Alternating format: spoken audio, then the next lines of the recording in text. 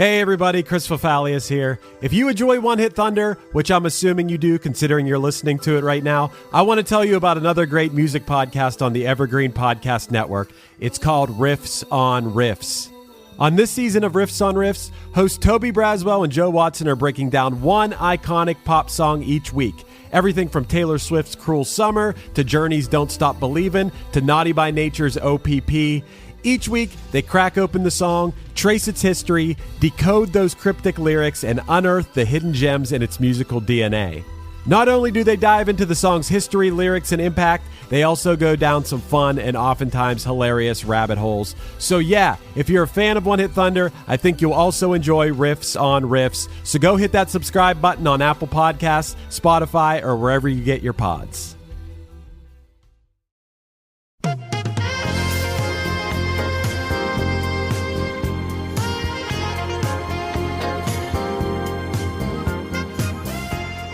This week, Gene the Werewolf frontman John Belan joins us to dive into Nicolette Larson's 1978 hit, Lotta Love. As a young dreamer, Larson headed to San Francisco, where her talent quickly caught the attention of noteworthy artists, leading to collaborations with legends like Neil Young. As luck would have it, she discovered Lotta Love on a demo tape lying on the floor of Neil's car. Her voice paired with this song turned it into a hit. While it's easy to dismiss Lotta Love as just a minor hit from a decent singer, we suggest you dig a little deeper. Larson's career is rich with celebrity interactions featuring names like Andrew Gold and even Weird Al Yankovic. So, join us this week as we give Nicolette Larson a lot of love.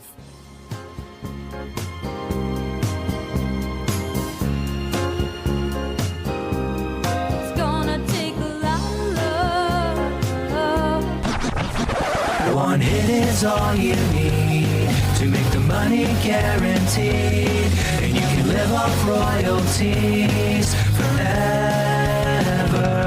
And it makes me wonder, is it just a wonder, or is it one hit thunder? So, Belan, welcome to the show. It's your first time on One Hit Thunder. I can't believe it's taken almost like 250 episodes to get you here. Yeah. Because I imagine you could talk about One Hit Wonders all day. You and I could sit at the athletic club and just name One Hit Wonders all night, I'm sure. But today we're here to talk about Nicolette Larson. And when I heard this song, it's a song that makes me think of you. For some reason, like that this song would come on and you'd be like, oh yeah, I love this song. I do love it.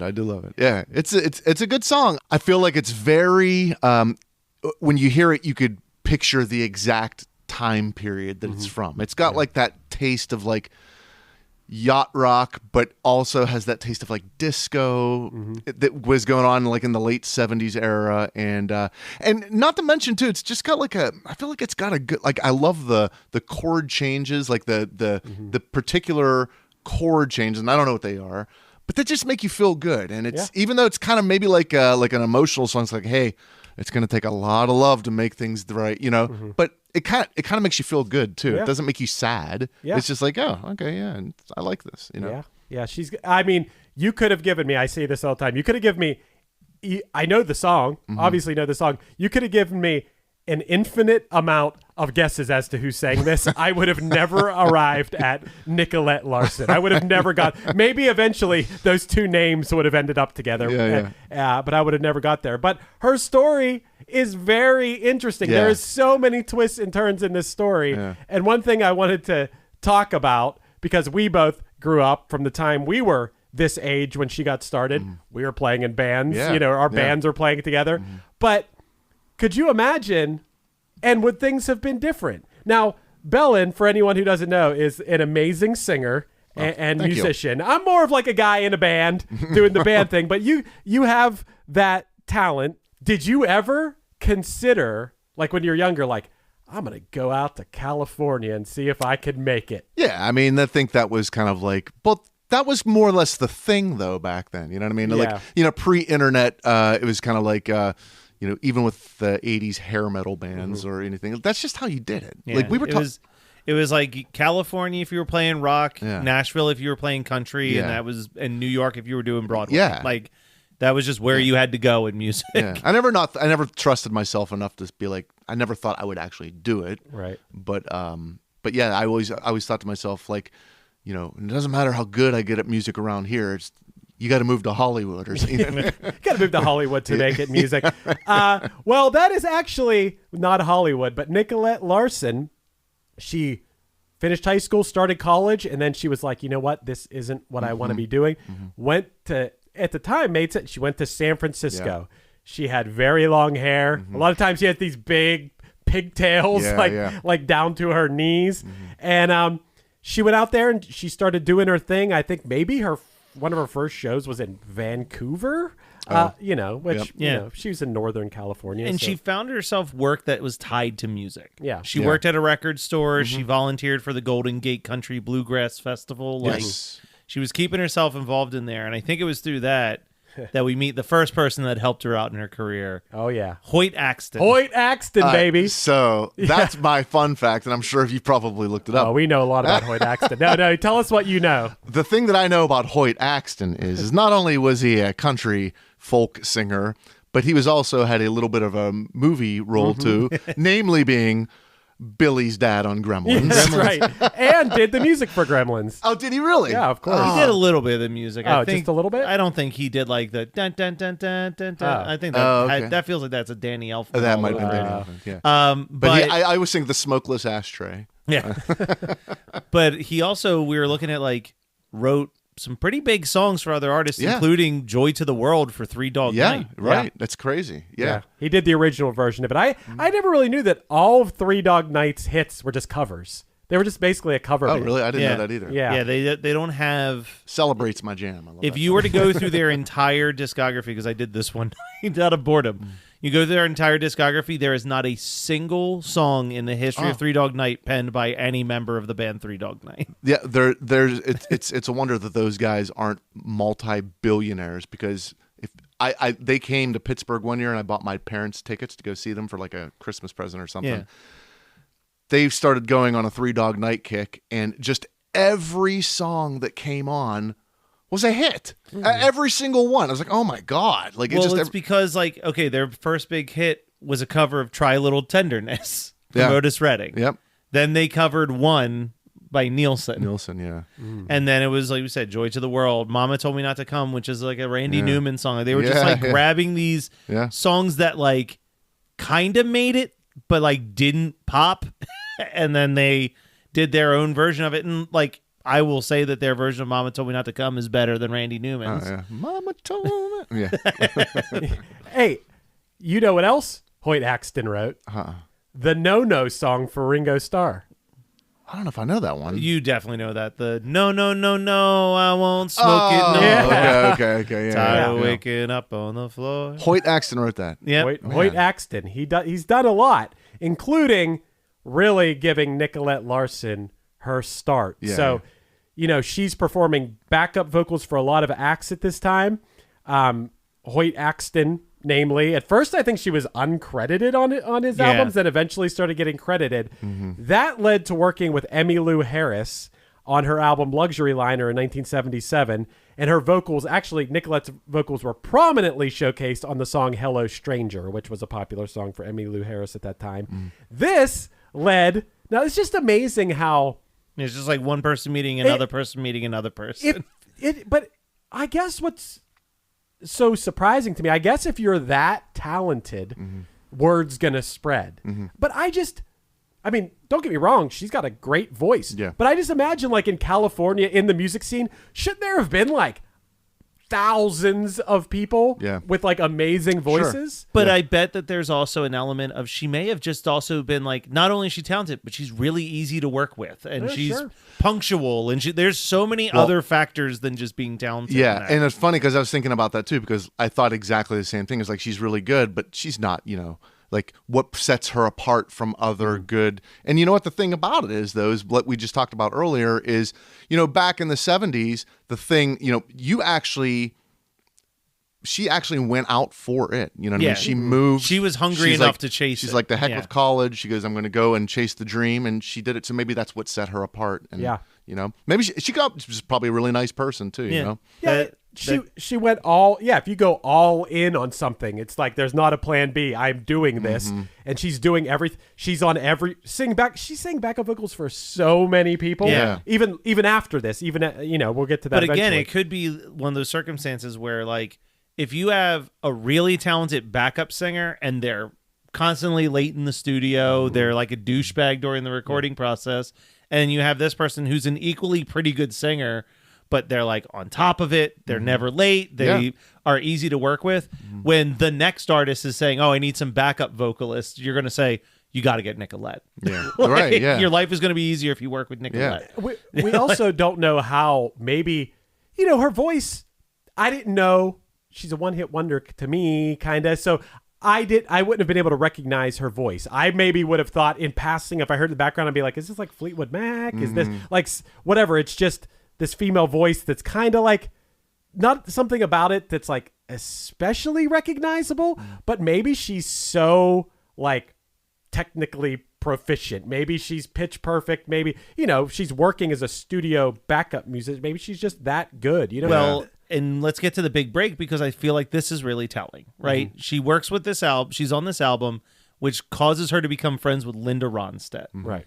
So Linda Ronstadt gets a phone call from her next door neighbor, Neil Young. Yes.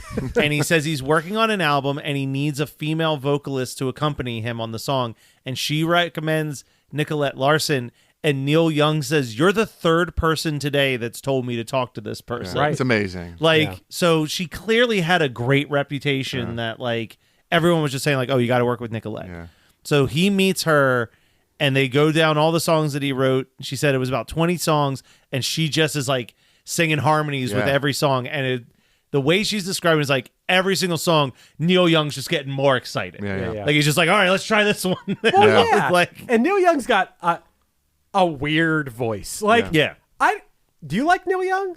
I mean, I don't dislike him. I mean, I don't necessarily sit there and steadily listen to him, but I think he's pretty, whatever. I could take or leave Neil Young's music. I think he's like a pretty interesting, cool guy, but like just his music, it ain't really my thing. Sure. Great songwriter, though. Like, I feel like when obviously his song, like Heart of Gold, is a beautifully written song. Yeah. I mean, this song that we're going to talk about today, he wrote this song. Yeah, he did. And it is funny that she probably, that's a skill too, to be able to harmonize perfectly with someone and sing and have your voice.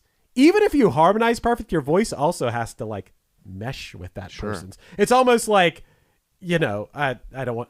there's been situations in my band or whatever where certain people's voices don't mesh as well as other people's voices do with each other, even if they're singing the right notes and everything. It's just some voices go better together. Yeah. But what I thought was really crazy about this is, okay, so Linda Ronstadt and Nicolette Larson end up both singing backup vocals for Neil Young's American Stars and Bars album, and they called themselves the two women called themselves the Bullets. Yeah. Yeah. And then at that point, in 1977, Neil Young invited Nicolette to Nashville to come sing on his Comes a Time album, which led to Nicolette getting signed. She kept singing backup vocals at this point. Do you know she sang on the Doobie Brothers Minute by Minute? I did not know that, but I did know she did a duet with Michael McDonald, though, on one of her songs. Oh, right. Yeah, I can't remember the name. Something. I can't remember what it was called. Yeah, it wasn't that good. But I listened to it. She duets on that album. On the song "Sweet Feelin'," she has a lead vocal line. She did. I mean, I immediately needed to check this. She's not on "What a Fool Believes" at all, which is on the Minute by Minute album. Okay, but the song she did with Michael McDonald was "Let Me Go, Love." Okay, and which ironically, it's funny because if you go to Nicolette Larson's Spotify page, her the Lotta love song is obviously the most popular song, and it's got 23 million streams. And then the very next one right under that is Let Me Go, Love with Michael McDonald, but it's like only 1.5 million. Dude, so it's just like a big jump. This 23 million, that doesn't sound like that much for a song that I feel like has always been around. Like, this song's always playing, right? Like, it's always playing somewhere. Yeah. It seems, 23 million for me would be great. Like, but 23 million is like a number that, like, we can achieve. Yeah, right. You know what I mean? Like if a song catches on in one, I would have thought that this song had 500 million or something, but you know, I don't know. I guess it's not one of the most popular one-hit wonders, but it's a pop. It's, you know, it was pretty big in its time. You know? I feel like I still hear it. I mean, it truly was. When her debut album came out, and it came out like late in the year, she still ended up getting Rolling Stone magazine's listeners' vote for best female vocalist of that year. Oh, wow. With her debut album. I must be underselling the quality of her voice. Yeah. Because it is good. Yeah. It's just, there's nothing about it like I'm like, that is Nicolette Larson. I totally agree with you. I agree with you. Well, so here's what Rolling Stone said about this particular album when she won the award. And they said, there has never been anyone who has sounded as if they were having as much fun as she does singing on this album. Okay. So I think it's not even just like that she's a good singer, but again, we've talked before about like sometimes it's not just about what you do, but how you do it. Like when we were talking about earlier, we were talking about Mountain, the band Mountain, and how like the guitar riff in that song just feels so free and loose that it makes the song feel fun when you listen to Mississippi Queen. I think there's an element of just like when she's singing, it just feels like she's fucking singing. Yeah. Right? Like it's not she's like this regimented perfect thing. Yeah. It's that it's like loose. Yeah. Yeah. Like you guys know I had to like dig deep for this. This is not something I had to like watch videos and interviews to learn this. Lotta Love, obviously written by Neil Young. She found the song. She was in his car and there was demo tapes all over his car and she picked it up off the floor and listened to it. It was just like a throwaway, literally on the floor of his car on a tape, and she put it in and heard it and is like, I want to record that song. And it, you know, if she hadn't found that tape and put it in, this song wouldn't have might not have ever seen the light of day. Or we might have had some weird Neil Young version of it. Yeah. Hello, everybody. I'm Bruce. And I'm Nolan, and this is the Corner of Gray Street podcast. As longtime Dave Matthews Band fans, we set out to create a podcast to dive deep into the past, present, and future of DMB. Not only do we recap and review shows within an ongoing tour, but we revisit past shows from throughout the band's history, conduct interviews with a wide variety of guests with ties to DMB, and create unique and exclusive content like our Concerts on the Corner series. Whether you're a fan of the band or just a fan of great music, we think you'll find something you'll enjoy. We can't wait to see you on the Corner of Gray Street.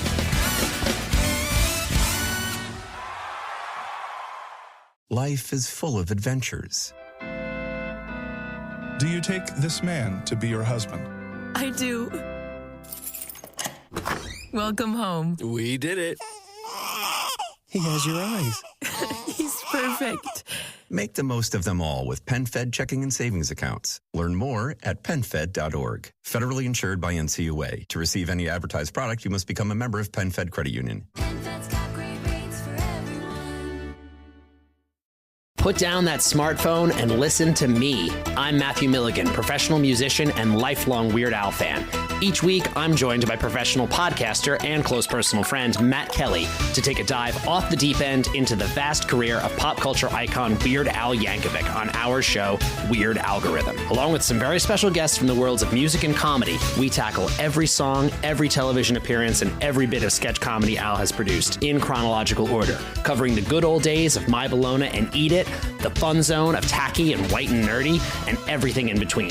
As we go, we're ranking the songs, albums, and music videos in the hopes of creating the ultimate guide to a career bigger than the biggest ball of twine in Minnesota. So the next time you're having one of those days, stuck in a traffic jam, wondering why does this always happen to me, just kick off your sneakers and stick around for a while because we've got it all on Weird Algorithm, available wherever you get your podcasts. And now you know. Was that enough references? The song went on to peak at number 8, only at number 8, but still pretty good, on February 17th, 1979. That would have been my dad's 24th birthday. Oh, really? Yeah, right. It's 55, 79. Yeah, my dad's 24th birthday. It peaked at number 8. At the time that this peaked at number 8, the number 1 song in the country was Rod Stewart's Do You Think I'm Sexy? Oh, really? Yeah. Other songs that were on the charts. This is crazy to think about some of these songs being on the charts, meaning these would be the equivalent of like Taylor Swift or Billie Eilish or whatever. The number 2 song in the country at that time, YMCA. Oh, was it really? Hell yeah. Well, you know what? Like I said, like I told you, the song is kind of right around the disco, and it even has that disco feel to it. It doesn't have the Yeah. but it's But got it like fits- that. Yeah. Listen, that's not the end of the disco in this top 5. Yeah. Oh, it was disco as hell right now. I mean, I Will Survive was number 5 at this time. Yeah. The disco song. La Freak from Chic was 1 spot ahead of her at number 7. Other ones I made note of. I mean, it's kind of stacked. September from Earth, Wind, and Fire was number 11 at this time. Oh, wow. So she beat Earth, Wind, and Fire. Well, for that week. Oh, okay. I would have to imagine September at some point hit number 1. Yeah. I will confirm. Okay. Got to Be Real from Cheryl Lynn was number 12. Soul Man from the Blues Brothers was 14. Hell yeah. Kenny Rogers, The Gambler, was at 18. Shake Your Groove Thing from Peaches and Herb was at 21. And What a Fool Believes from the Doobie Brothers at 27. So we are in the disco and yacht rock era. And this song really does kind of blend. Yeah. Those two September things. peaked at 8. Whoa. September is not a number 1 hit. That song has lived, for being only number 8, that song's really lived on. That's hard to believe, it's not even in their 3 biggest songs chart-wise. What Wow. would their biggest song be? Their biggest ones, their only number 1 was Shining Star. Yeah. They had a song that hit number 2 after The Love Is Gone. Yeah. And then Let's Groove hit number 3, which I love that one. After Love of Gone, I mean, you couldn't have gone in the food land back then and not heard that song. I do have the noteworthy debuts that happened when this song peaked. Okay. So the following 4 songs all debuted on the Billboard charts that day. The Jacksons with Shake Your Body Down to the Ground. Okay. Debuted at 82. Blondie with Heart of Glass debuted at 84. That song was number 1 the day I was born, by the way. Nice. Heart of Glass. Queen, Don't Stop Me Now debuted at 87. Woo! And Kate Bush, The Man with the Child in His Eyes debuted at 88. I love Kate Bush, and I don't know that song. Oh, yeah.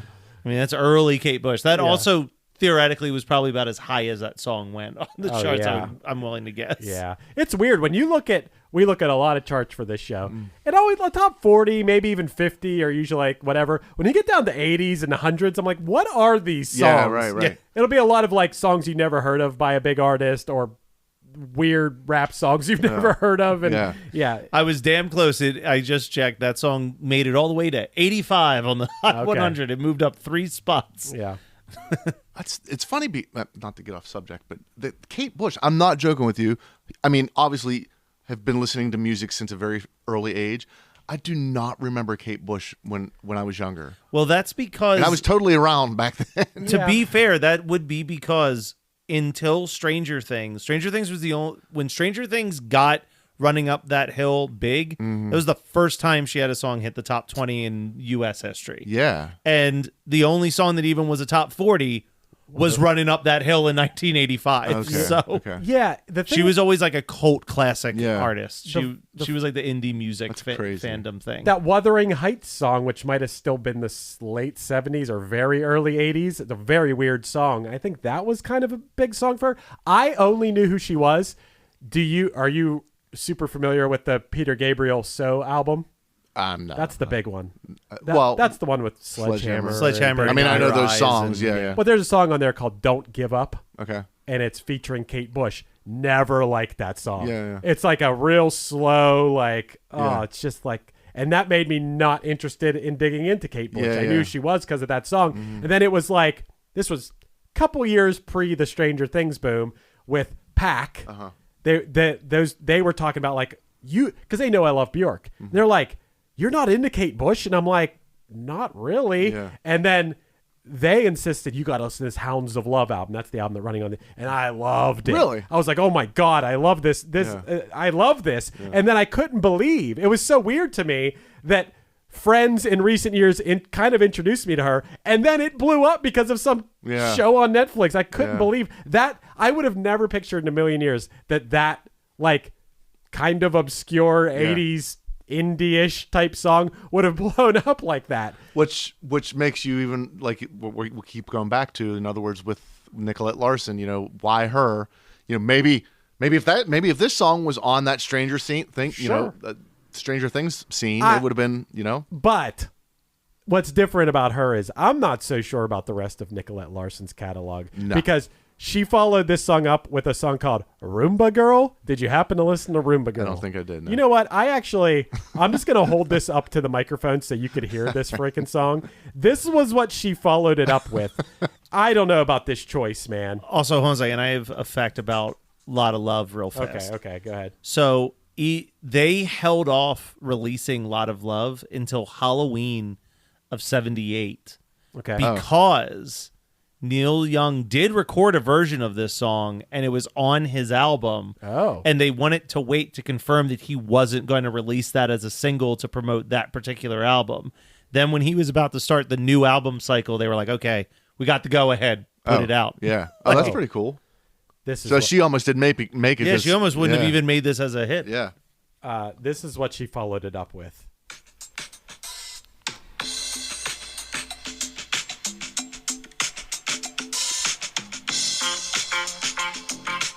I don't know what the problem is. I'm loving this.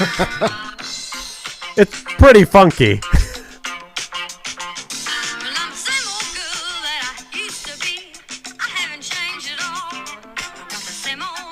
I am kind of dancing, I will admit. Yeah, this song, I don't know what your complaint is. I like this. This is such a different type of song. Like, yeah. if you like Lotta Love, this is like a funky... That's more like Janis Joplin almost. Yes, it is. That's crazy. So it's way out of left field. If you like Lotta Love, Lotta Love is so smooth. Yeah. And whatever. And that's...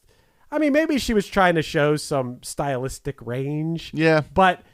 I don't know about that choice to follow it up with that. I was listening. I did my homework and I was listening to a few of her songs, and I think I came across one called, and this one might have been from the '80s, but it was called Irish Lullabies or something like that. And it's very slow. And don't get me wrong, I love real slow, kind of like depressing, like dreamy songs, and that's kind of what this was. But then she put in some like pan flutes and I was like, man. So she kind of found a whole second life on country radio. Yeah, right. In the 80s. She like really found a niche there and leaned into that. And I think that that's probably right around that time. I'm going to talk about my favorite factoid about this song. I was telling Chris about this nonstop. So she was engaged at one point to Andrew Gold. Yeah.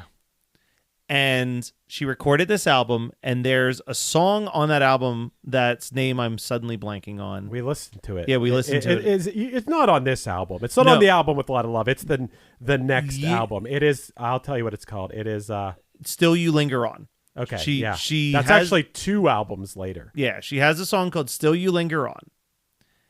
After things didn't work out with her and Andrew Gold, she briefly dates Weird Al Yankovic. Yeah, that's amazing. Yeah. In the late 80s. Yeah. Now, here's the thing that most people don't know. On Al's album, Off the Deep End, it has a song that was a minor single for him called You Don't Love Me Anymore. Mm-hmm. That is almost note for note her song, Still You Linger On. Oh, okay. And the theory has been that would have come out after they broke up and that Al wrote You Don't Love Me Anymore as a way to jokingly talk about the breakup, but also used her own song to write his breakup song about them. It's pretty awesome. It's like like a stylistic parody. Yeah. How cool must Nicolette Larson have been to have dated Andrew Gold, Weird Al, and eventually married, who we looked up, Russ Kunkel. Now, Russ Kunkel, Belan, he's originally from Pittsburgh. Oh, okay. He moved away when he was 9. He moved to Long Beach. But I will still claim him as a Pittsburgher. Yeah. He has played drums for literally everybody. He was a session drummer, Everybody. His list, I've never seen a more impressive list. Name someone.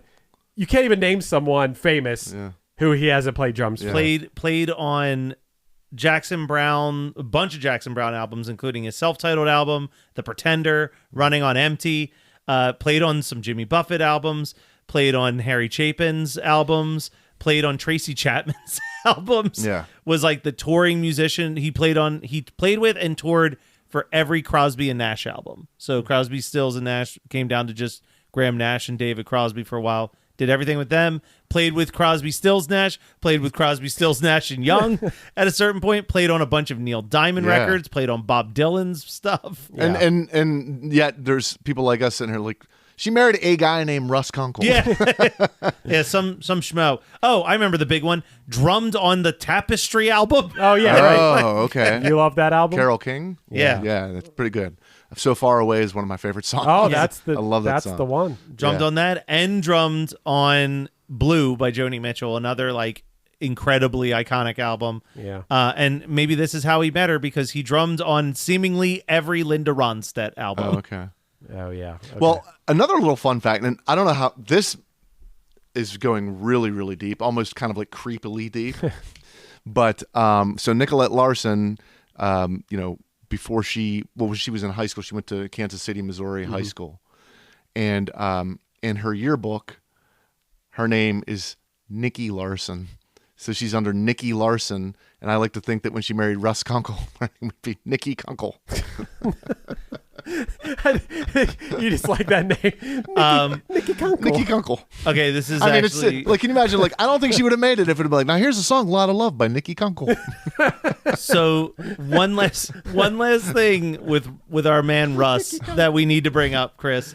I just saw this. You know what other album he drummed on? What's that? He drummed on a single album for Was Not Was. Ooh. He's the drummer for Walk the Dinosaur. Yeah. Are you serious? That's sick. That Boom, is- boom, like a boom. boom, boom, like a boom. That's pretty cool. Sadly, Nicolette Larson, she passed away in 1997.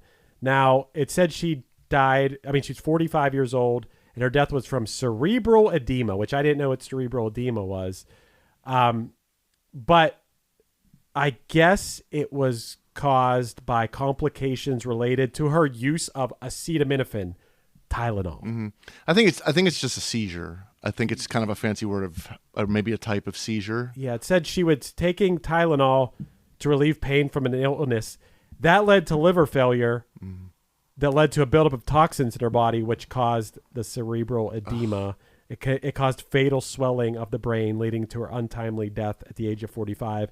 And it might be a little bit of speculation, but I guess Neil Young's half-sister or something knew her pretty well. Oh, yeah. And said that something along the lines of she had depression, and this definitely, all this stuff that happened to her was in one way or another related to that. It's very sad. She had like a 6 or 7 year old kid she was still married to Russ Kunkel at that point. Passed away. She had put out a album just a few years earlier of lullaby, like baby, like songs for babies. Oh, well, maybe that's what that song was talking about. The Irish lullaby. It thing. is. Yeah. Okay. It's from that album. Okay. In '94. And that was sadly the end of Nicolette Larson's life, who seems all in all like a really cool person. Yeah. And 45. Yeah. that I have one fun fact about her that just feels out of place with everything else we've talked about, right? Because it's like Neil Young and Linda Ronstadt, and Andrew Gold still fits into that category. Weird Al's a weird one, obviously.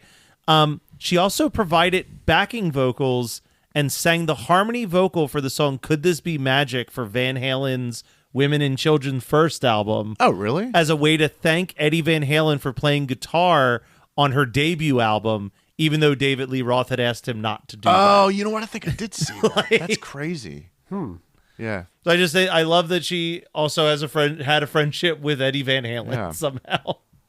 That's crazy. Like I said, I think the song is awesome. I think, but it might be just one of those cases where she just hit the nail right on the head first shot, and then just couldn't really replicate it. Yeah. It's sad, but to get there at all is probably just an amazing thing. That's what I always say though on this show, man. Yeah. One hit wonder. I'd love to have one. Oh hit. my God, yeah, I would too. That'd be so amazing. Yeah, take a drink. Everyone playing the One Hit Thunder drinking game. Take a drink. I just said I'd love to have one hit. So, Nicolette Larson, did she bring the One Hit Thunder, or was she a one hit blunder? How do you feel about it, Belan? Man, for as much as I love the song, which I'm not lying, I do love the song, but man, think it's a one-hit blunder. Oh, okay. Wow, I wasn't expecting that. I wasn't expecting that. I'm actually going to go Thunder. When I was listening Well, to are you her, saying it in the sense of like would you recommend people dive deeper into the career, or if this is the only song you really need for it? Nah, It's a bit of a blunder. I think this is the only one. I think it's the only one. Yeah. Okay, so okay. Yeah. I was on the fence, and Chris pushed me to Thunder with Roomba Girl. Roomba Girl was supposed to. The intention of that was to push you the other way, probably. Have you met me? This I'm the deciding vote here. This is a tough one because honestly, I don't think that I'm going to listen to any of her songs beyond Lotta Love. Yeah. Like sometimes we do episodes and I'm like, oh, there's all these new songs I like. I'll add them to a playlist.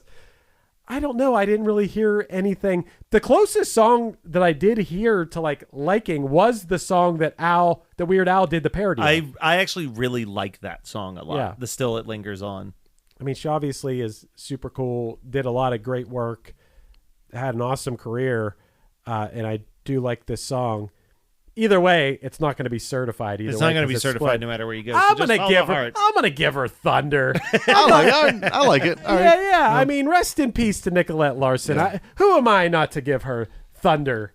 Put Thunder on her name after the fact. But I hope you had a good time with us today, Belan. Hey, I did. I don't, as far as time specific things, we're kind of ahead. But what should people check out from the world of John Belan, Gene the Werewolf? What do you got out there I know you have a new, by the time this episode's out, you definitely have a new single out. Yes, new single, which is ironically called Raised by Wolves. Okay.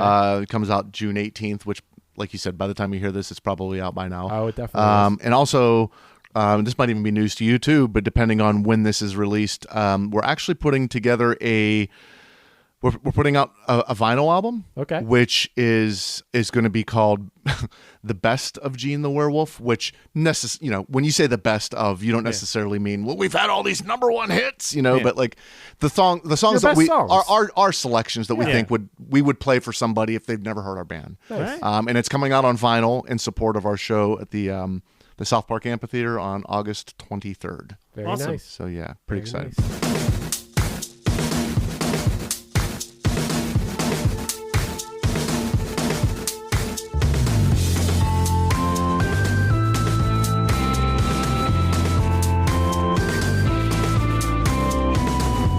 This has been One Hit Thunder. One Hit Thunder is hosted by Chris Fafalios of the band Punchline and produced by Matt Kelly of Geekscape.net. Underneath me, you're hearing Just Say Yes off the Punchline album of the same name. Visit punchlinemusic.com for any upcoming news on the band. Our podcast is on Patreon now. Find us at patreon.com/OHT podcast for early access to episodes, bonus conversations, and a chance to vote on future songs for us to cover. Be sure to rate, review, and subscribe to us on your favorite podcasting app, and tune in next week for more One Hit Thunder. This feels so good.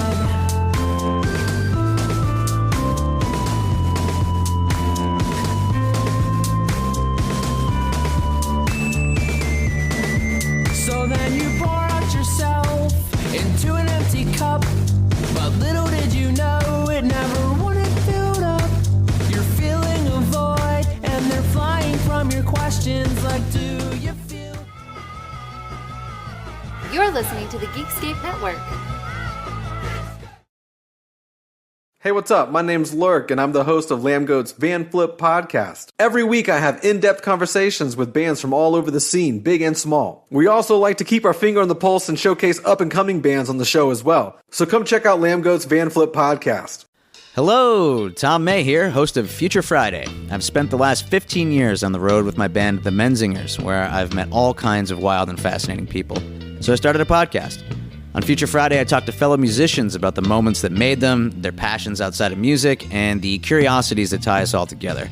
I've also talked to the likes of UFO researchers, magicians, soldiers, and documentary filmmakers, and I'm constantly searching for folks that can shape and change our view of the world. You can check out Future Friday wherever you like.